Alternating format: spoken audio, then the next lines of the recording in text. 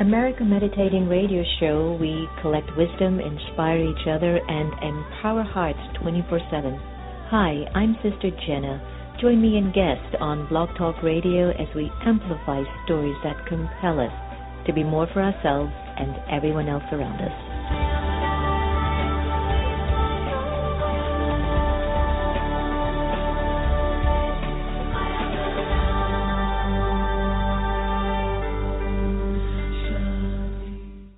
The entire world watched. It's one small step for man, one giant leap for mankind. And humanity saw that the sky was not the limit. Achievement. Pass it on from the Foundation for a Better Life at values.com. Are you in need of a tech service company that's going to deliver the best solutions for your business? Then Attronica is your solutions headquarters. Here we specialize in your individual needs to make sure your business shines. For more information, please call 301-417-0070 or visit us at our website at attronica.net. Attronica, where we deliver for you. He ran for state office and was beaten. Started a business and failed. Ran for Congress and lost. But thankfully, Abraham Lincoln didn't give up. Persistence. Pass it on from the Foundation for a Better Life at values.com. Hi, this is Reverend Sylvia Sumter with Unity of Washington, D.C., and I'm here just to tell you how much I love listening to America Meditating with Sister Jenna. It's a fabulous show, fabulous guests, wonderful readings with Sister Gita. It's enough to feed your soul. It's a delight to the spirit. Hope you'll tune in. Hey, everybody, it's John Duperrin from Project Forgive. How are you doing? You are in the right place for the highest level of conversation to feed your soul. American Meditating with Sister Jenna. Stay with us.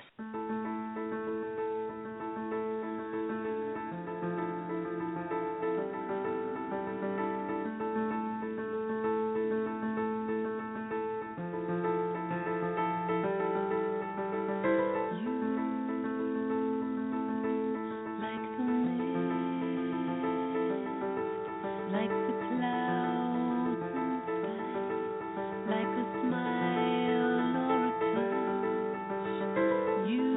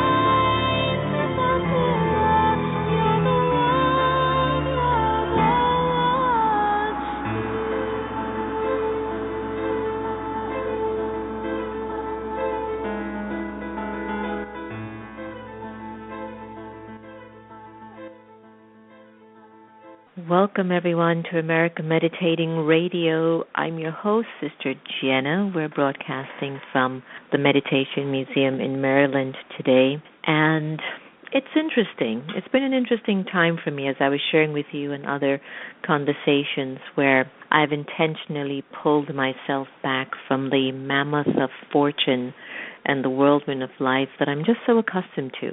And I really appreciated my conversation with Cheryl Richardson, where she was emphasizing something that once you have really found your clique and you found your calling, that really serves you. And I was saying to myself, I've been served. And now one of the things I'm looking to experience, my friends, is breaking down my scaffolding and really allowing myself to experience and feel what's inside of me, which must be for me a content of character, a richness of spirit, the power of the mind, the purity of the mind. I'm aware that I'm supposed to leave this planet with as much light as I came in. And so where I know that I might have started off with a lot of light, life experiences took some of that away from me. But I'm on my path of spiritual renewal or spirituality to bring that light back. It's not that I feel like I'm going to gain eternal freedom. I don't even know what that is.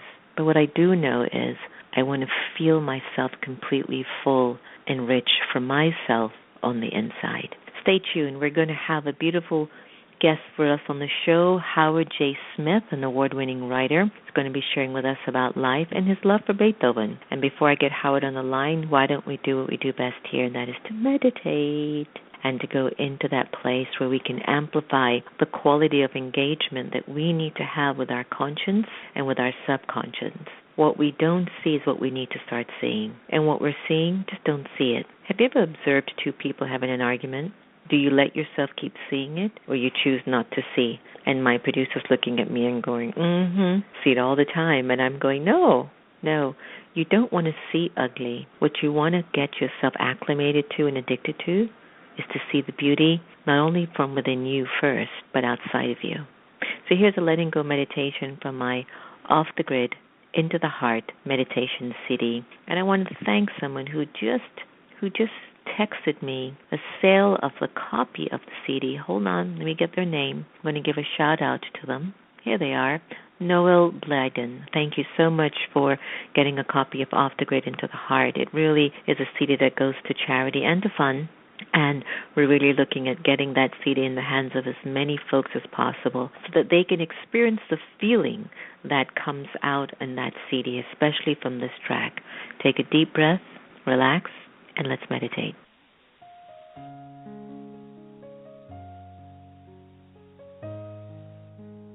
Om Shanti.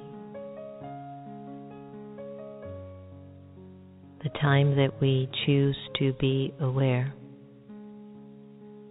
doesn't necessarily require me to just sit and meditate. But even while I walk and move around, I can be in a meditative awareness, which is awareness of the soul, the original, eternal, imperishable being of light. For a little while, I'd like to invite you to be present, to be here, and to be now.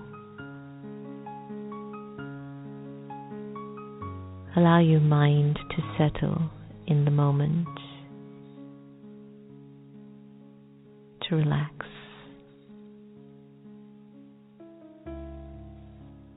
This meditation is about awareness. It's about becoming aware of your original and eternal self. It's about connecting to your truth.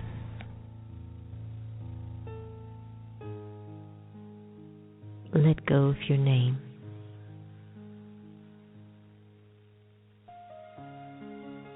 And observe yourself feeling nameless.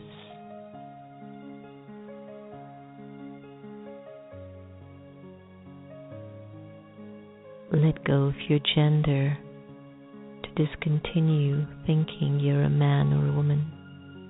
Let it go and observe how you would feel walking around without a gender. Let go of the role that you play and let go of the titles that you own. Observe how you're feeling as you are gradually letting go.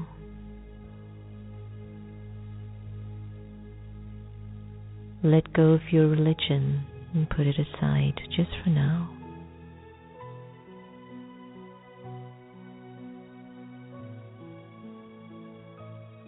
And let go of your nationality and even the language that you're accustomed to.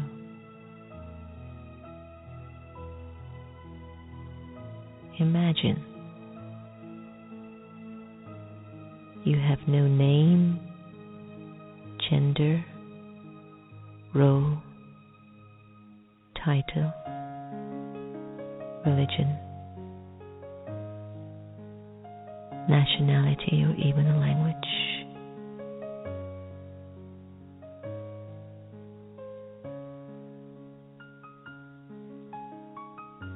Ask yourself, how do you feel at this moment?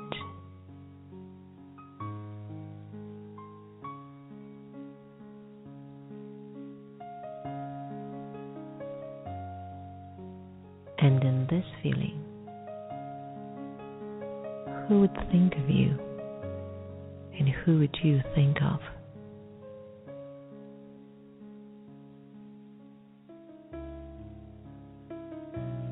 The Supreme Soul would think of you,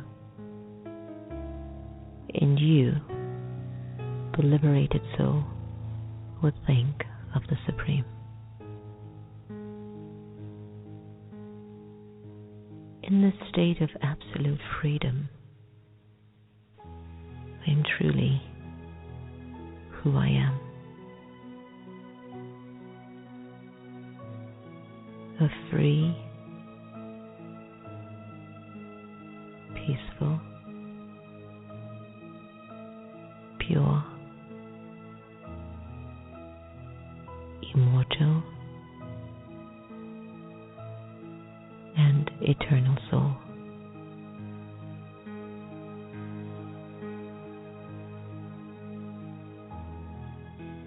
Allow yourself to just be absorbed in this awareness.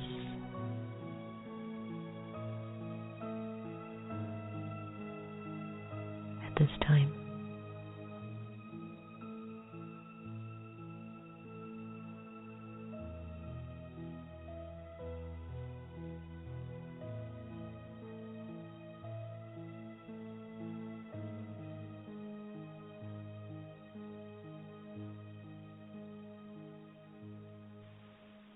welcome back. That was Letting Go, and I hope that touched your heart as much as it always touches mine.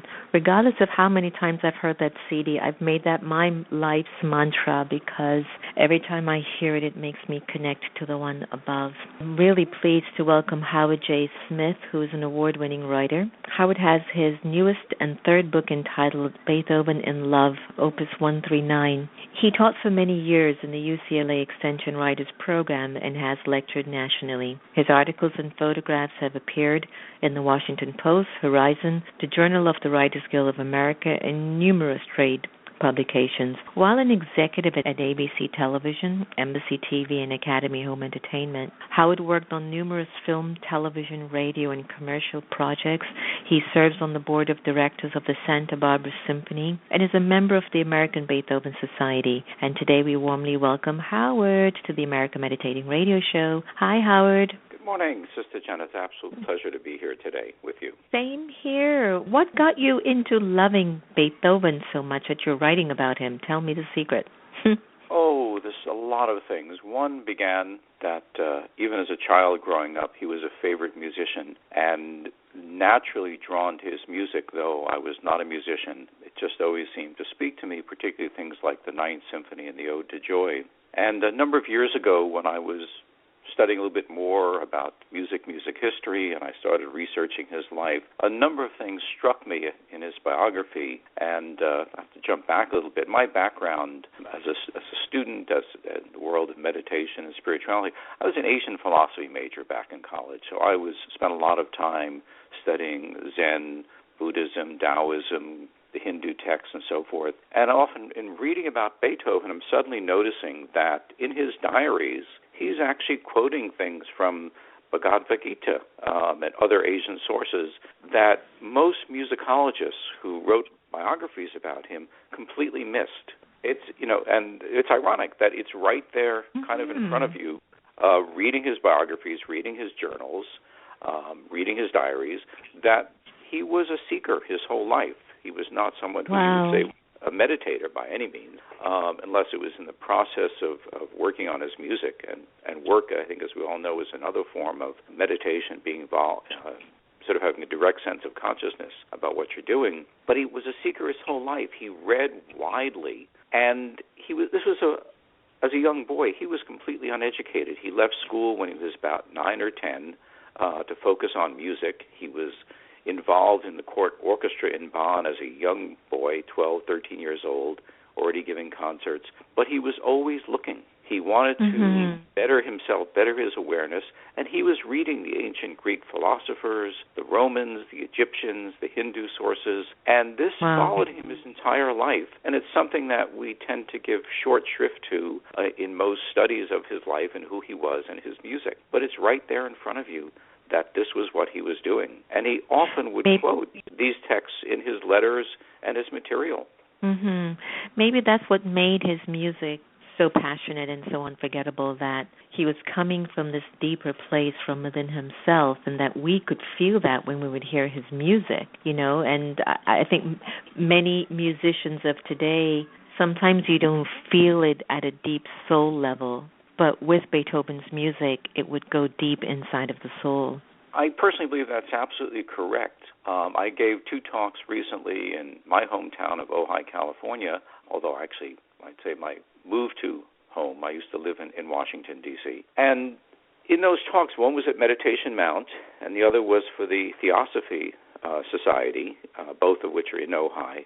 And I talked about the spiritual side of his life and how this heavily influenced certainly the Ode to Joy, which he wrote when he was in his late 50s, mid-50s rather, and yet it was something that he was attracted to as a young man. And the original poem written by Friedrich Schiller is something Beethoven came upon when he was in his early 20s, and even then he wanted to do something with it and turn it into a choral piece. He didn't get around to it until 25, 30 years later, but he got there. And it was very critical to him to find that expression. And I think when you suffer a lot in life, as he did, and he definitely suffered, you have to understand this was a young man. He was a total rock star by the time he got to Vienna and in his early 20s. He was someone who was so brilliant and mostly known as a pianist in the early days that he was wildly attracted to people in the sense that our modern-day rock stars are. He didn't have the money and fortune and resources that people gather up today, but he certainly had the acclaim and the fame and the success in Vienna. Again, music was much more localized then. But in his late 20s, he started having a buzzing in his earrings, and this was the beginning of his lifelong struggle with hearing and his hearing loss. He began to very slowly face the prospect that here he was, this brilliant musician who could be going deaf, and through his 30s, his hearing loss was definitely very progressive and very severe, and he tried hiding it from people. By age 32, he actually contemplated suicide. And there's a famous letter that was found only after his death 25 years later called the Heiligenstadt Testament. Heiligenstadt was the village where he would often go in the summers to escape the heat of Vienna, where he wrote this angry, ranting letter both to God and to his brothers. It was a combination will, suicide note, and he basically was crying out to God saying, how could you create me, this perfect musician, and then take away my ability to hear? And he had to face this tragedy in his life from a relatively young age, and it drove him to find in him the ability to create his music as best he could in a very short period of time.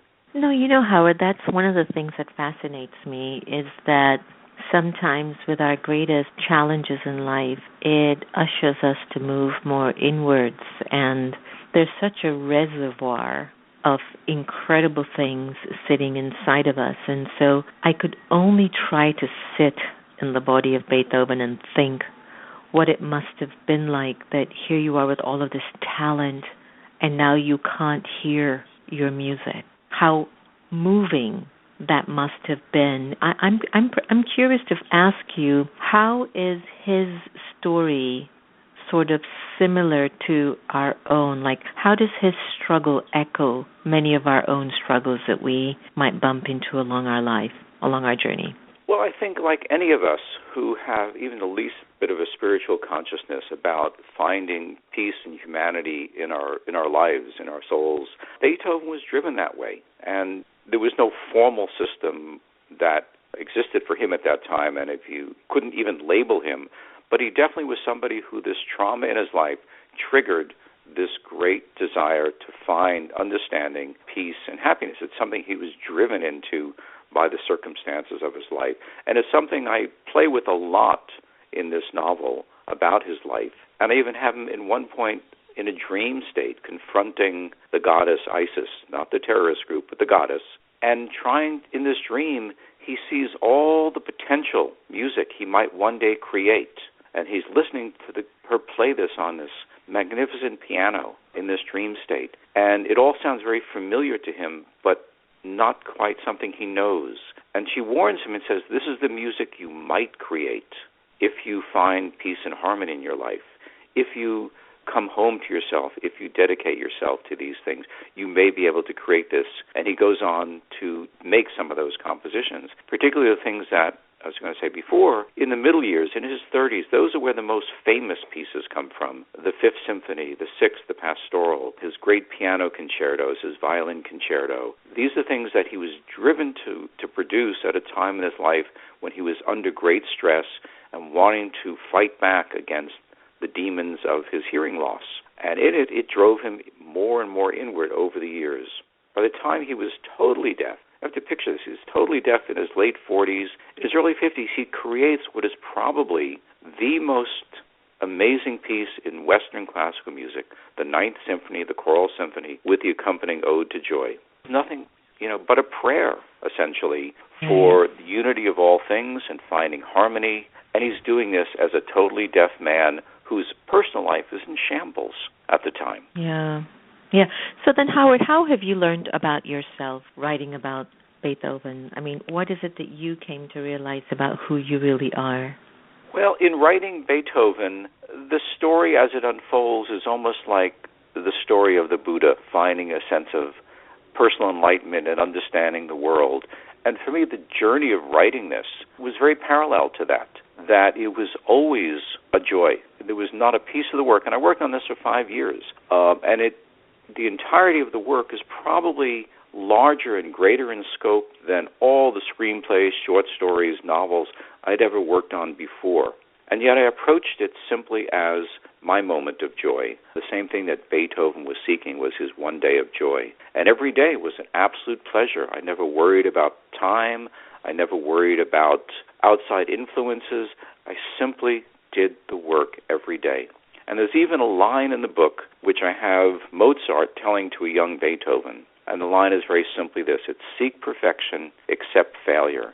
And what it meant, and Mozart explains this to him, is in everything you do, be in harmony with yourself, do it to the absolute best of your ability in that sort of unconscious state of just simply doing. And when you fail, remind yourself that you're human and that none of us are, in fact, perfect. We will always have failings.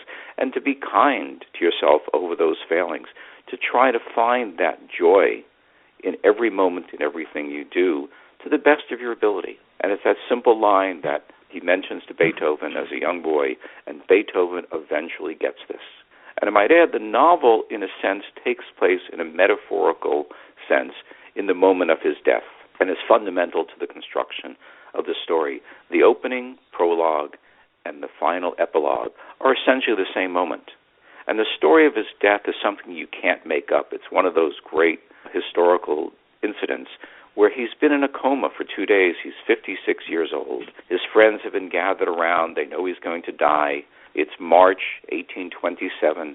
There's a snowstorm outside his house and a thunderstorm as well.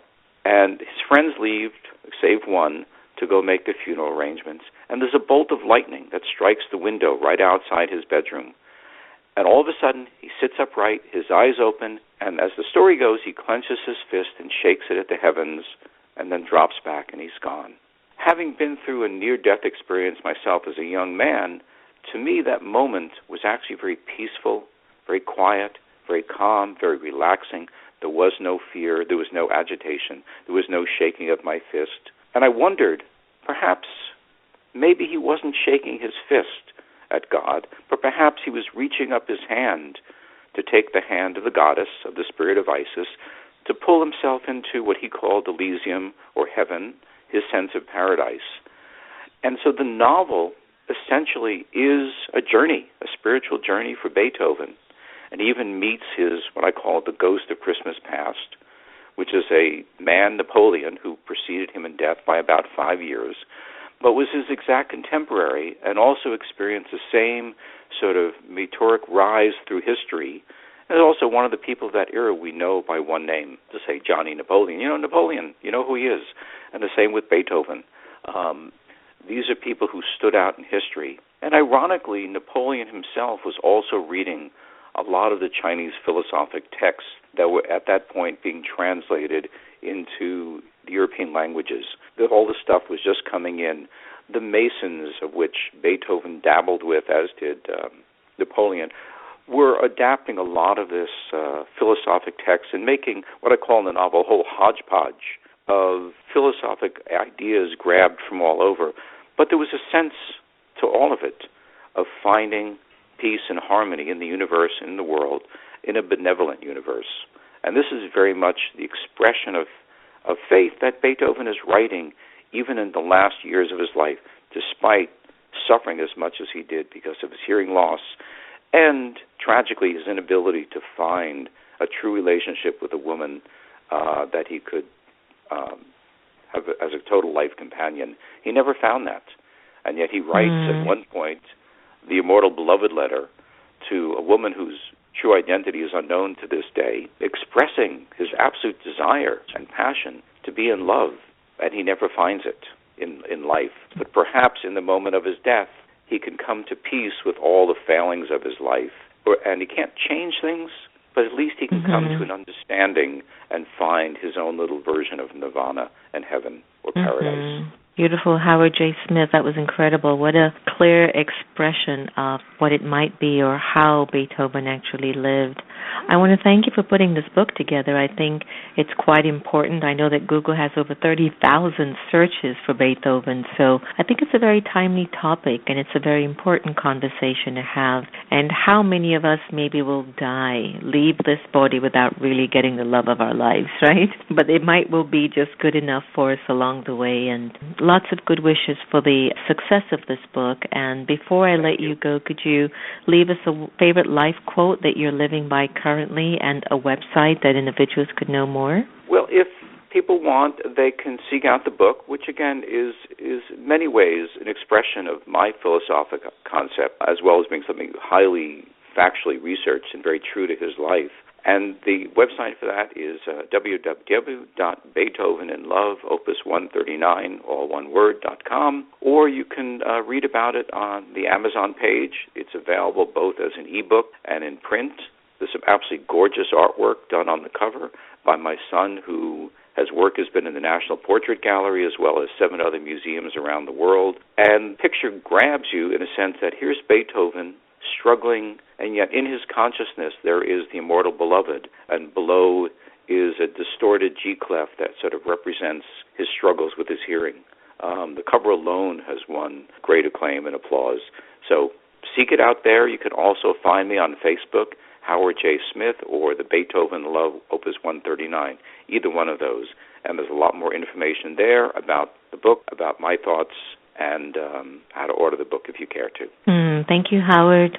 Thank you, Sister Jenna. Absolute pleasure being on the show, and my blessings to all of you and the work you do. Thank you so much. All the very best. Bye-bye. Wow, what a complete description and story of Beethoven's life. And yes, as we know that it ended up what it seemed like a sad ending, but maybe a profound ending with so many stories within that story of maybe he wasn't supposed to hear how beautiful his music is, and that maybe his ego would have changed the way that he was destined to create music. Who knows what are the mysteries of soul and consciousness and why we end up in the stories that we're living out. It still continues to fascinate me every day as I move along, and that's why I love being on the path of curiosity and spirituality and search, because there is so much for us to understand. I didn't even know half of the stories until Howard just shared with me. It gives me even so much of a greater appreciation of Beethoven. So lots of good wishes. Go to Beethoven In Love, opus139.com, and do get a copy of that book. I want to thank you for joining us today. You know, your being with us makes our show really valuable, but more than anything else, I just love hearing these stories and learning more about myself and about others and about you and about our humanity and why we breathe, Remember, no one can take away your happiness unless you give them permission. And let us try to love each other the same. If you're going to change the world, start with changing yourself. I'm going to end today's show with I'll Be Waiting. And this is for Beethoven, wherever the soul might be today. Take care, everyone.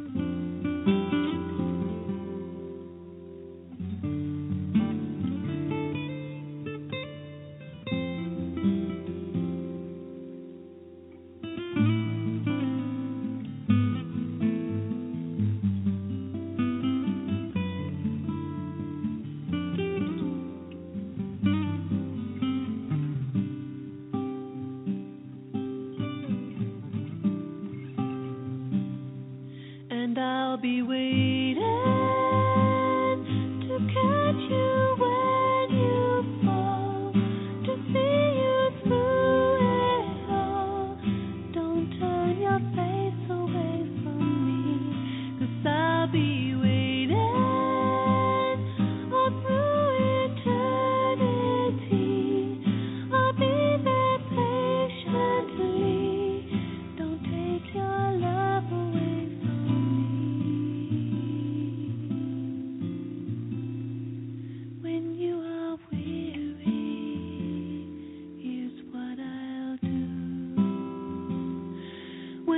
can smile.